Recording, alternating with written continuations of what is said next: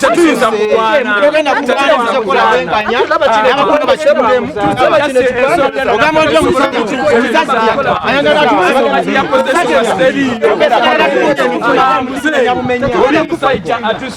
akola ebintu bingi mu ggwanga tetugenda kufayitinga njagala akulembedde fenna nga bwe muba muzze rawudi nga temulina bakulembedde mujja kwerera kati njagala omuntu omu gwabakulembedde gwani Assalamu alaikum. ye gwabakulembedde ye gwabakulembedde ala yogera amanya Amanya gange nze Lutaya Mahadi. okuvaawa Nze ndi fani wa Eddie Kenzo. okuvaawa fani ba Eddie Kenzo bava mu ggulu Nedda si. omuntu yenna munnayuganda abaako gyavudde I need a point of reference okumanya ani azze mu kifo kyange Oh, Lutaya Mahadi okuvaawa Lutaya Mahadi. Nga ndi Musiramu. Tuvudde mu bitundu ebyenjawulo. njagala mukulembeze mwenna buli ayagala okwogera ajja kufuna omukisa okwogera gwabakulembedde gwani ovaawa Siga nti za kulembedde ekintu kino kyo. kati njagala akulembedde gwenja okwogera naye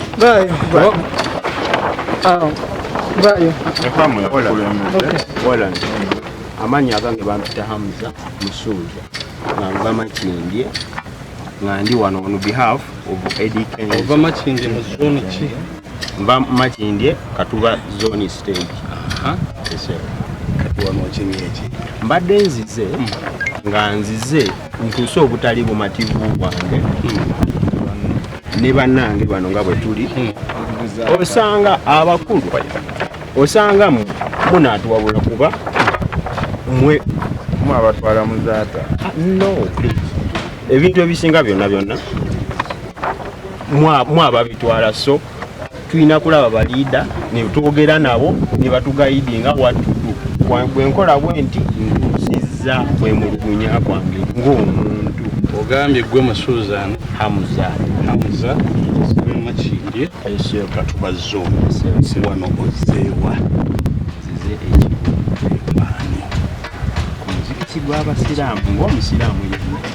Makindye teri mizikiti Makindye gye girera omulanga era nagwe gwabukulu Makindye ne babagamba nti ngajja Kibuli Makindye tebaatugambye kujja Kibuli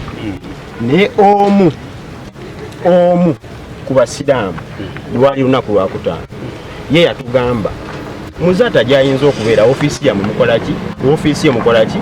mugimanye tugande temumanyi ki ofiisi kati bwoba yabadde musiraamu lwali lwa Juma mufunanga very accurate information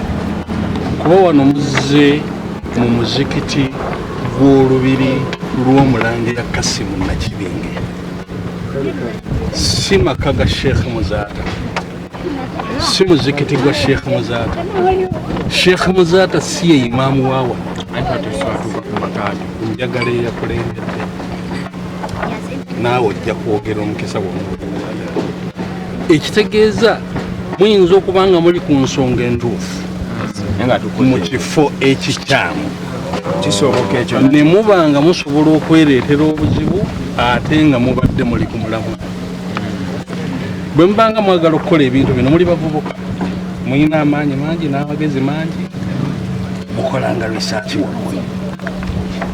kawulira kubanga Sheikh Muzaata is a public figure era si muntu wakukweka oba kwekweka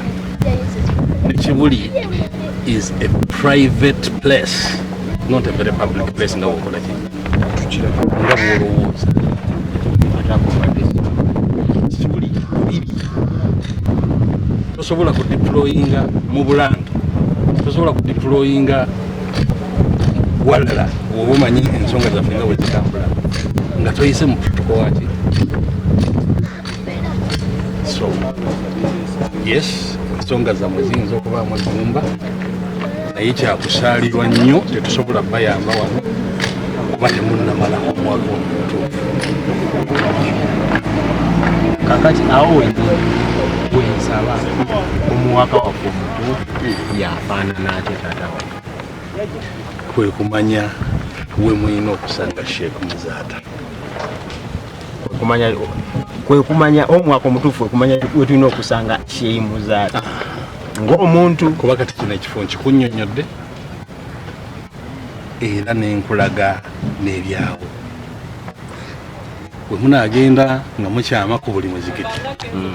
muyinza okusanga nga ekibadde ekirungi mukifudde ekiki mukifudde ekizibu. Waliwo omulala alina kyayagala okwogera? Nze kennyini nga sinawaayo kazinda nze kennyini ebiko ensonga yo lwaki tuli wano yo obadde ogitegeddeko tagibuuziza kati nga yadde tugenda problem